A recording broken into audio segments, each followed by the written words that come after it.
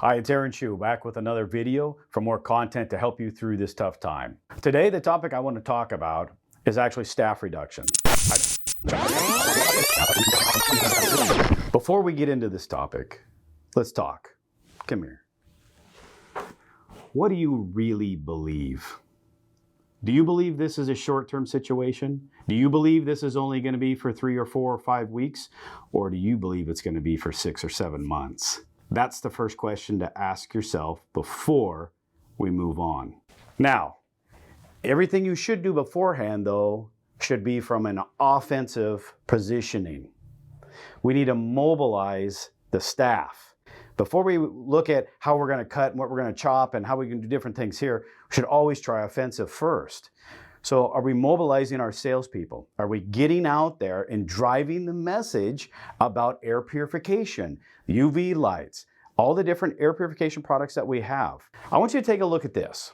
This is actual video a few days ago on Fox News where they're talking with the doctor about UV products in HVAC systems killing viruses. Now, the anchor doesn't really know what he's talking about. He's going to refer to this blue light, but we know what they're talking about. So take a listen to it right now. I think what that writer could be referring to is something that we've got in our house, and that is one of these blue lights that kills everything. It's in one of the air handlers regarding the air conditioner, and people turn those on so that it kills the mold so it doesn't spread through the house. And I agree with that. That's a very good thing to have. And ultraviolet light does actually kill viruses too. So both of those are good thoughts. And I'm not talking about viruses inside you. I'm talking about on surfaces. Exactly. I know they could have done a little bit better job, right? But it's got to help you.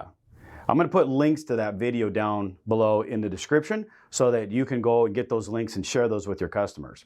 But look at the ramifications now of this here. We've got evidence. We can go out and drive this in the marketplace. That's why I want you to mobilize your staff. Even these people now that you're sitting here and you're thinking about, am I going to lay them off? What am I going to do with it? Let's look at reallocating them. Maybe we can have them do some different sales functions. Maybe they're willing to call people. Maybe they're willing to go and knock on the doors and introduce themselves and talk about these products. We've got to open our mind to what possibilities could happen and how could we get through that.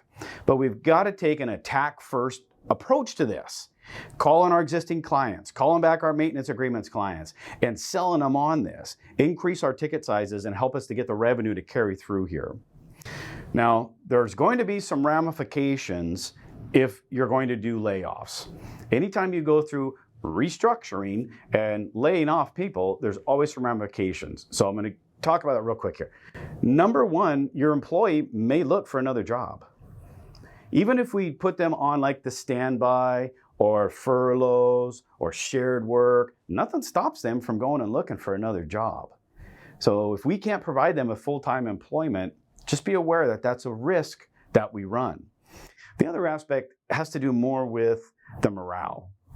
So if the employees are seeing that you've laid off this person or that person, it's possible now that they're questioning, boy, what kind of financial situation is the company in? And is my job next?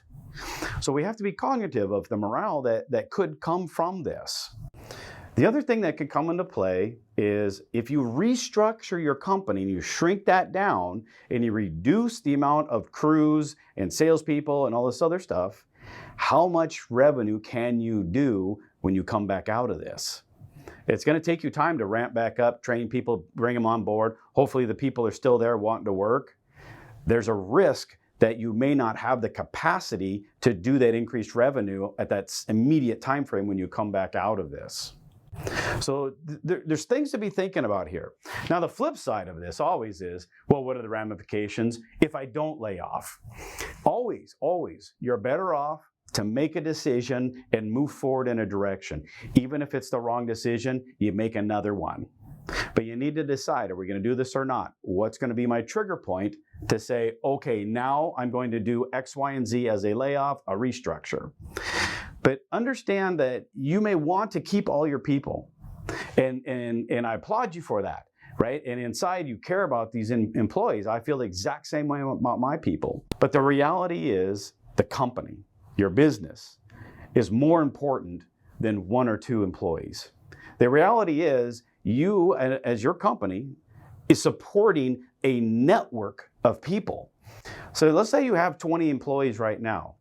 You really are supporting probably closer to 50 to 60 in actual human beings. Because if you take into consideration all your employees' spouses, their children, they could have elderly people that they're taking care of, like their parents or grandparents. So the network that you are actually providing support to as a business is much greater than what your employee base is. If you decide that you do need to do a layoff, a restructure, a downsizing, whatever you want to call it, get aggressive on it. And I'd actually encourage you to go a little more than what you think you need to, so you only have to do it once.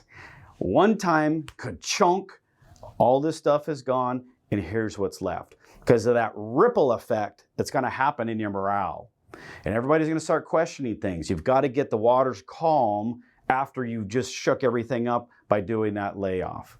So try to do one massive big move, boom, you're restructured down to where you know you can survive and make it through it. Do it one time, and then let the waters calm.